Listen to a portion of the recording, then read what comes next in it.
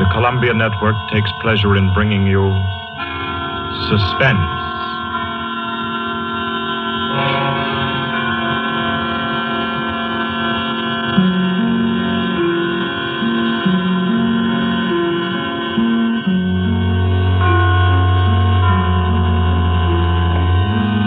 Suspense, Columbia's parade of outstanding thrillers, produced and directed by William Spear and scored by Bernard Herrmann.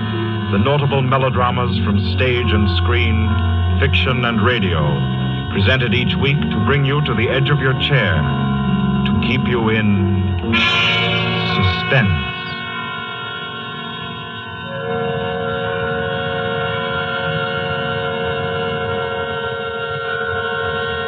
Good evening.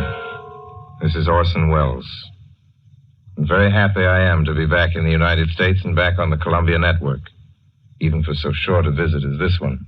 Back with old friends like Johnny Dietz, who is tonight's director, and Bernard Herrmann.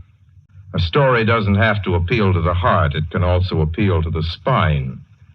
Sometimes you want your heart to be warmed, and sometimes you want your spine to tingle.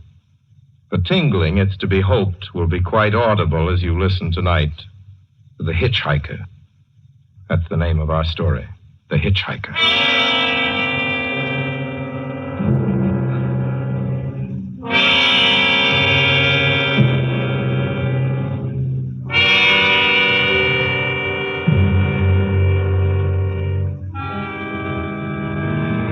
I'm in an auto camp on Route 66, just west of Gallup, New Mexico. If I tell it, perhaps it'll help me. Keep me from going crazy. I gotta tell this quickly. I'm not crazy now. I feel perfectly well, except that I'm running a slight temperature. My name is Ronald Adams. I'm 36 years of age, unmarried, tall, dark, with a black mustache. I drive a 1940 Buick, license number 6Y175189. I was born in Brooklyn. All this I know. I know that I'm at this moment perfectly sane. That it's not me who's gone mad. It's something else. Something utterly beyond my control. I've got to speak quickly. At any minute, the link may break. This may be the last thing I ever tell on Earth. The last night I ever see the stars. 6 days ago, I left Brooklyn to drive to California. Goodbye, son. Good luck to you, my boy. Goodbye, Mother. Here, give me a kiss, and I'll go. I'll come out with you to the car. Oh, no, it's raining. Stay here at the door. Hey, what's this? Tears? I thought you'd promised me you wouldn't cry. Oh, I know, dear. I'm sorry. But I do hate to see you go. I'll be back. It'll only be on the coast 3 months. Oh, it isn't that. It's just the trip. Ronald, I wish you weren't driving. Oh, Mother, there you go again. People do it every day. I know, but you'll be careful, won't you? Promise me you'll be extra careful. Don't fall asleep or drive fast or pick up any strangers on the road. Oh, gosh. I think I was still 17 here, you told me. Oh. And why? I mean, as soon as you get to Hollywood, won't you, son? Of course I will. Don't you worry. There's nothing going to happen. It's just 8 days of perfectly simple driving on smooth, decent, civilized roads with a hot dog or a hamburger stand every 10 miles.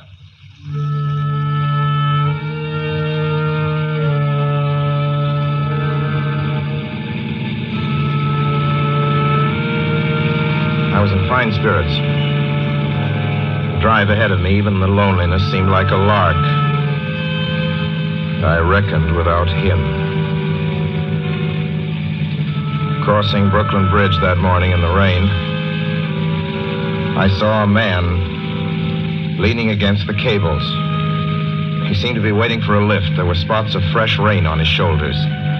He was carrying a cheap overnight bag in one hand. He was thin, nondescript, with a cap pulled down over his eyes. I would have forgotten him completely, except that just an hour later, while crossing the Pulaski Skyway over the Jersey Flats, I saw him again. At least, he looked like the same person. He was standing now with one thumb pointing west. I couldn't figure out how he got there, but I thought Probably one of those fast trucks that picked him up, beat me to the Skyway and let him off. I didn't stop for him. Then late that night,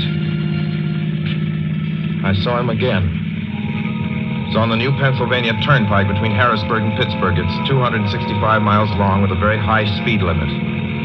I was just slowing down for one of the tunnels when I saw him, standing under an arc light by the side of the road. I'd seen quite distinctly the bag, the cap, even the spots of fresh rain spattered over his shoulders. He hallooed at me this time. Hello! Hello! I stepped on the gas like a shot. It's lonely country through the Alleghenies, and I had no intention of stopping. Besides, the coincidences or whatever it was gave me the willies. Stopped at the next gas station.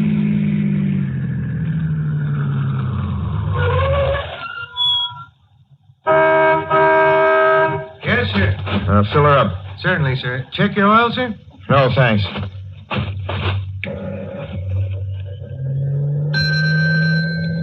Nice night, isn't it?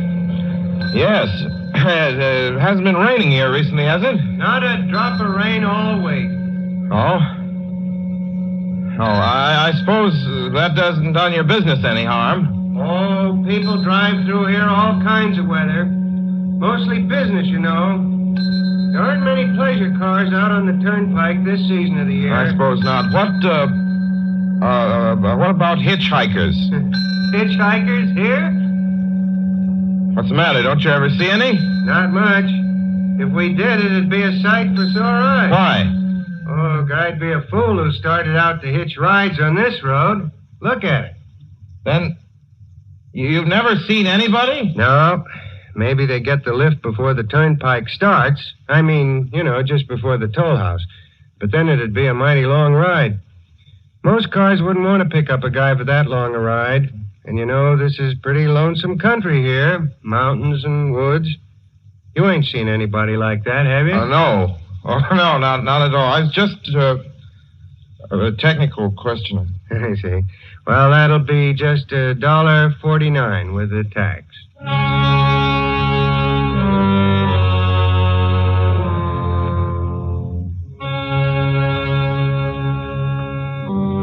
The thing gradually passed through my mind as sheer coincidence. I had a good night's sleep in Pittsburgh. I didn't think about the man all next day until just outside of Zanesville, Ohio, I saw him again. It was a bright, sunshiny afternoon. The peaceful Ohio fields, brown with the autumn stubble, lay dreaming in the golden light. I was driving slowly, drinking it in, when the road suddenly ended in a detour. In front of the barrier, he was standing. Now, let me explain about his appearance before I go on. I repeat, there was nothing sinister about him. He was as drab as a mud fence, nor was his attitude menacing. He merely stood there, waiting, almost drooping a little, the cheap overnight bag in his hand. He looked as though he'd been waiting there for hours. And he looked up. He hailed me. He started to walk forward. Hello? Hello? Hello? No, not just now. Sorry. Going to California? No, not today. The other way, going to New York. Sorry.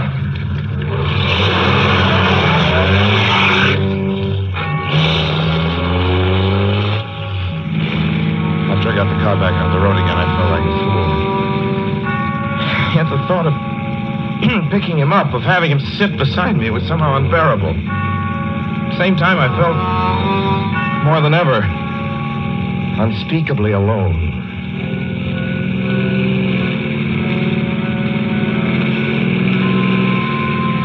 Hour after hour went by. Fields, the towns ticked off one by one. The light changed. I knew now that I was going to see him again. And though I dreaded the sight, I caught myself searching the side of the road, waiting for him to appear.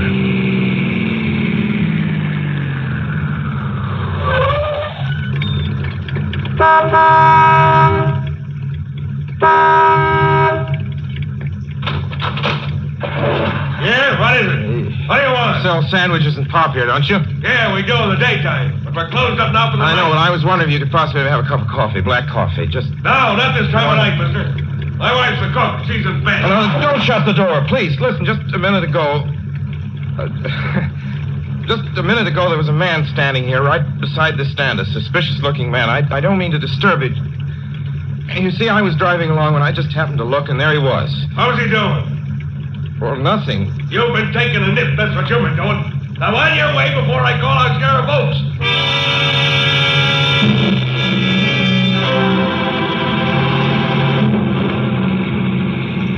I got into the car again and drove on slowly. I was beginning to hate the car. If I could have found a place to stop, to rest a little. I was in the Ozark Mountains of Missouri now. A few resort places there were closed, only an occasional log cabin, seemingly deserted. That's all that broke the monotony of the wild, wooded landscape. I had seen him at that roadside stand. I knew I'd see him again. Maybe at the next turn of the road. I knew that when I saw him next, I would run him down.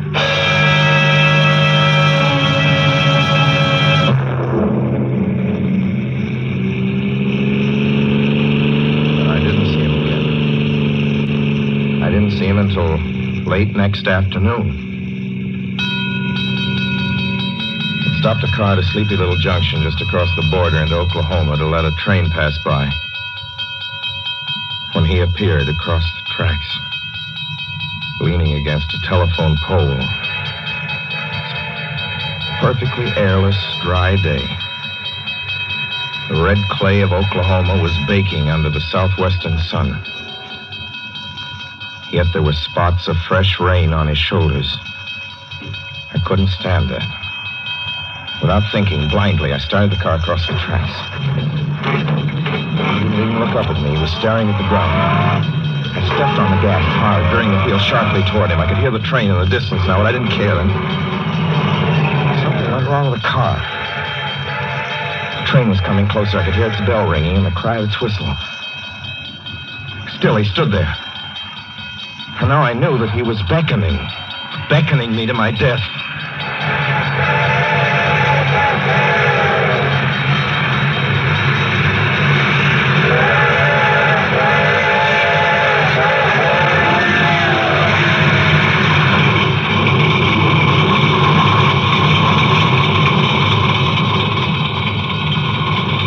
No. I frustrated him that time. The starter worked at last. I managed to back up. When the train passed, he was gone. I was all alone in the hot, dry afternoon.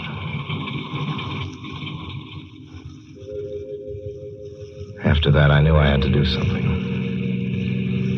I didn't know who this man was or what he wanted of me. I only knew that from now on, I mustn't let myself alone on the road for 1 minute. Hello there. Like a ride? Well, what do you think? How far are you going? Where do you want to go? Amarillo, Texas. I'll drive you there. Gee.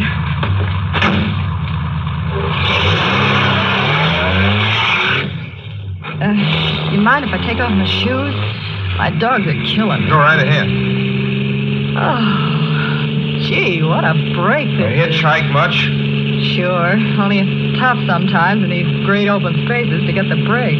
I should think it would be, though. I'll bet you get a good pickup in a fast car. If you did, you could get places faster than, say, another person in another car, couldn't you? I don't get you. Well, take me, for instance. Suppose I'm driving across the country, say, at a nice, steady clip, about 45 miles an hour. Couldn't a girl like you just standing beside the road waiting for lifts beat me to town? Or any town, provided she got picked up every time in a car doing from 65 to 70 miles an hour? I don't know. What difference does it make? Oh, no difference. It's just a crazy idea I had sitting here in the car. Imagine spending your time in a swell car thinking of things like that. What would you do instead? What would I do? If I was a good-looking fella like yourself, why, I just enjoy myself. every minute of the time. I'd sit back and relax. And if I saw a good-looking girl along the side of the road... Hey, look out! Did you see him? See who? A man standing beside the barbed wire fence. I didn't see anybody. There wasn't nothing but a bunch of cows and a wire fence. No? What'd you think you was doing? Trying to run into the barbed There's wire a man fence? there, I tell you. A thin gray man with an overnight bag in his hand. And I was trying to run him down. Run him down? You mean kill him? Say you didn't see him back there? You sure? I didn't see a soul. As far as Watch that's for him concerned... the next time and keep watching. Keep your eyes peeled on the road. He'll turn up again. Maybe any minute. There! Look there!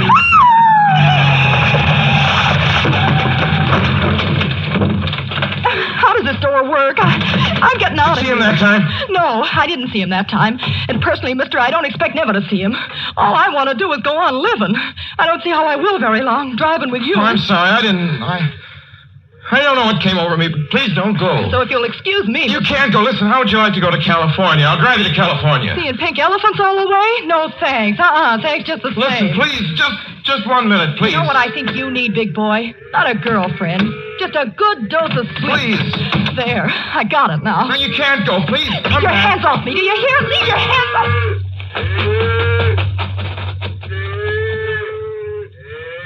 She ran from me. As though I were a monster. A few minutes later, I saw a passing truck pick her up. I knew then that I was utterly alone. It was in the heart of the great Texas prairies. There wasn't a car on the road after the truck went by. I tried to figure out what to do, how to get hold of myself. If I could find a place to rest, or even if I could sleep right here in the car for a few hours along the side of the road. I was getting my winter overcoat out of the back seat to use as a blanket when I saw him coming toward me, emerging from the herd of moving steer. Hello?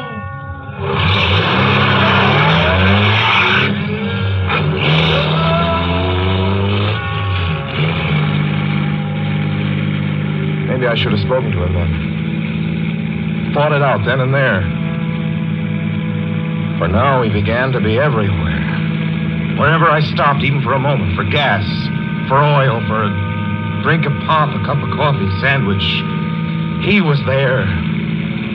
I saw him standing outside the auto camp in Amarillo that night when I dared to slow down. I was sitting near the drinking fountain, a little camping spot just inside the border of New Mexico.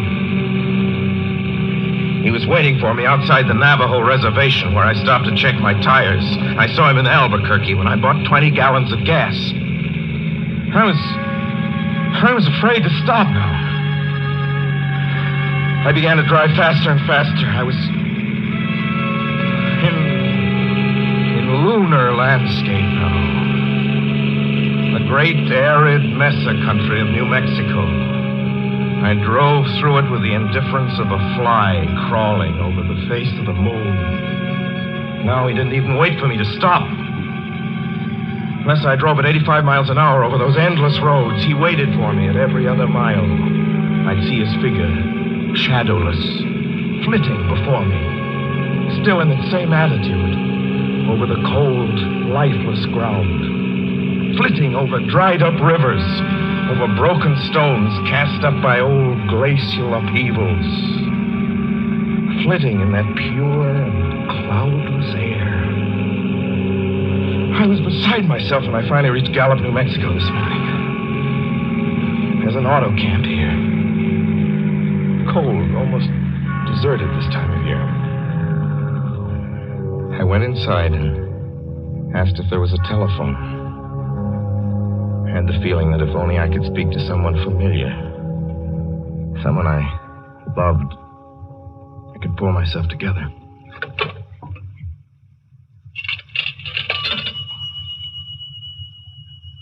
Your call, please. Long distance. Long distance, certainly.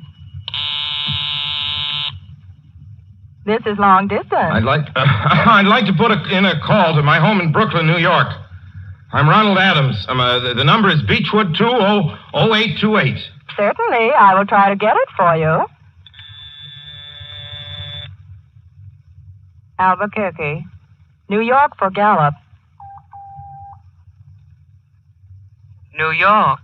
Gallup, New Mexico, calling Beechwood 20828.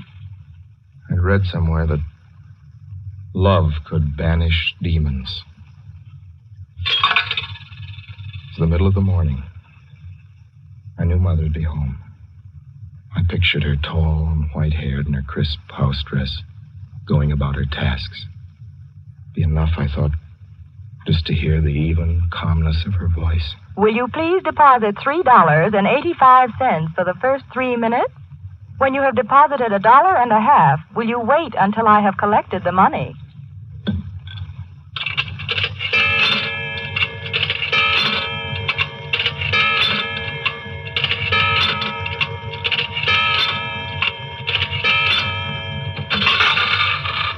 All right, deposit another $1.50.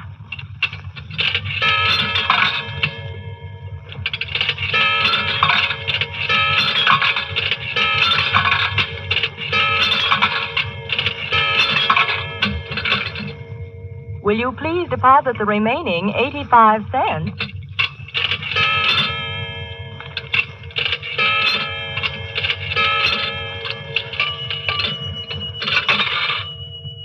Ready with Brooklyn. Go ahead, please. Hello? Mrs. Adams' residence. Hello, Mother? This is Mrs. Adams' residence. Who is it you wish to speak to, please? What? Who's this? This is Mrs. Winnie. Mrs. Winnie? I don't know any Mrs. Winnie. Is this Beechwood 20828? Yes? Where's my mother? Where's Mrs. Adams? Mrs. Adams is not at home. She's still in the hospital. The hospital? Yes. Who is this calling, please? Is it a member of the family? What's she in the hospital for? She's been prostrated for 5 days. Nervous breakdown. But who is this Nervous calling? breakdown? Well, my mother never was nervous. It's all taken place since the death of her oldest son, Ronald. Death of her oldest son, Ronald? Hey, what's this? What number is this? This is Beechwood 20828. It's all been very sudden. He was killed just 6 days ago in an automobile accident on the Brooklyn Bridge. Your 3 minutes are up, sir. Your 3 minutes are up, sir. Your 3 minutes are up, sir. And so I'm sitting here in this deserted auto camp in Gallup, New Mexico. I'm trying to think. Trying to get hold of myself. Otherwise, I'm going to go crazy. Outside, it's night. The vast, soulless night of New Mexico. 1 million stars are in the sky. Ahead of me stretch 1,000 miles of empty mesa. Mountains, prairies, desert. Somewhere among them, he's waiting for me. Somewhere I shall know who he is and who I am.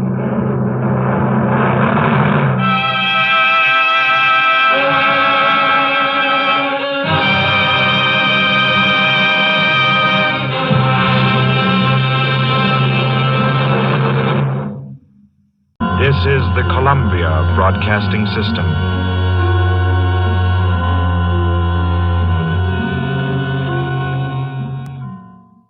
Until next time, this is John.